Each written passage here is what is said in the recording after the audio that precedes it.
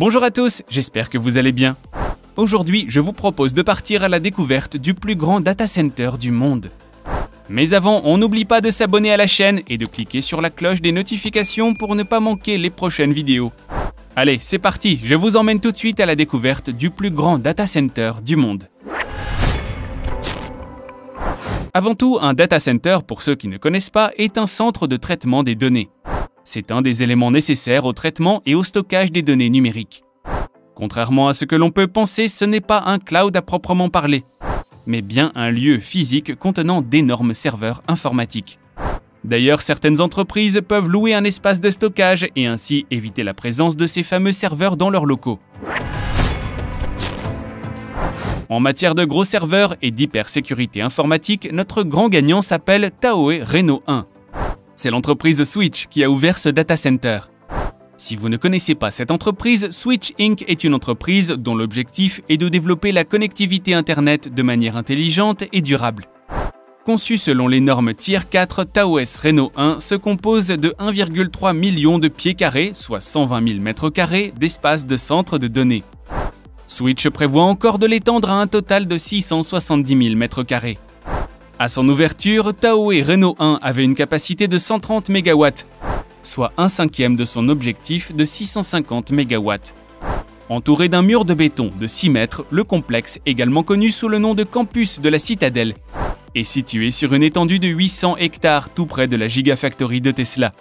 L'entreprise Switch a travaillé dur sur la sécurité, la fiabilité et la faible latence du centre de données. Le tout est en effet soutenu par le système Superloop. Il s'agit d'un réseau de fibre optique de 800 km environ et de plusieurs téraoctets dirigés vers San Francisco et Los Angeles.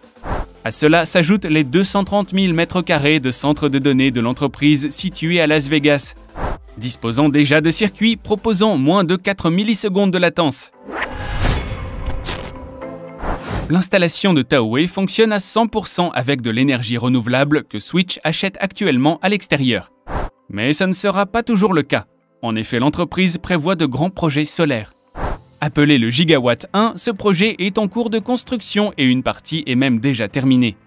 Cette zone utilisera des panneaux photovoltaïques First Solar pour générer un total de 555 MW d'énergie renouvelable. Greenpeace a par ailleurs applaudi le projet et classé l'infrastructure existante de l'entreprise comme l'une des entreprises les plus vertes au monde. Selon Switch, le projet Gigawatt situé dans le Nevada à Story County sera le plus grand projet solaire dit derrière le compteur au monde. Les projets dits derrière le compteur génèrent de l'électricité hors réseau public, n'imposant ainsi aucune charge sur la production d'utilité publique. Gigawatt produira 127 MW d'énergie solaire pour venir soutenir l'énorme consommation du campus de la Citadelle et comprendra également un système de stockage par batterie de 250 MWh. Et bien évidemment, il va falloir trouver une solution pour stocker cette quantité astronomique d'énergie. Pour cela, Switch se tourne naturellement vers son voisin Tesla et sa Gigafactory, pour pouvoir stocker une partie de la production et assurer une alimentation ininterrompue 24 heures sur 24 dans toutes les conditions météorologiques. Switch a donc demandé à Tesla un module appelé Megapack. Il s'agit ni plus ni moins d'une très grosse batterie lithium-ion. À l'heure actuelle, chaque Megapack fournit 3 MW de capacité énergétique et 1,5 MW de capacité d'onduleur. L'ensemble permettra, d'après le directeur de la stratégie de Switch, de garantir à leurs clients un coût d'électricité relativement stable, tournant autour de 5 cents par kWh tout en continuant à profiter d'une énergie verte sur le long terme. Si Switch a décidé d'appeler le plus grand data center du monde la Citadelle, ce n'est pas pour rien. Cette nomination fait allusion à l'accent mis par le géant sur la sécurité et l'innovation. L'intégralité des systèmes informatiques est protégée face aux menaces de piratage et d'accès non autorisé, mais aussi face à la perte ou la destruction de données, les virus informatiques, les logiciels malveillants, les attaques par déni de service et bien d'autres. La Citadelle est également installée dans une zone à faible risque de catastrophe naturelle. Le vent du Nevada est le seul élément naturel qui pourrait potentiellement présenter un risque. Mais Switch fait face à ce danger grâce à son système de toiture redondant connu sous le nom de Switch Shield.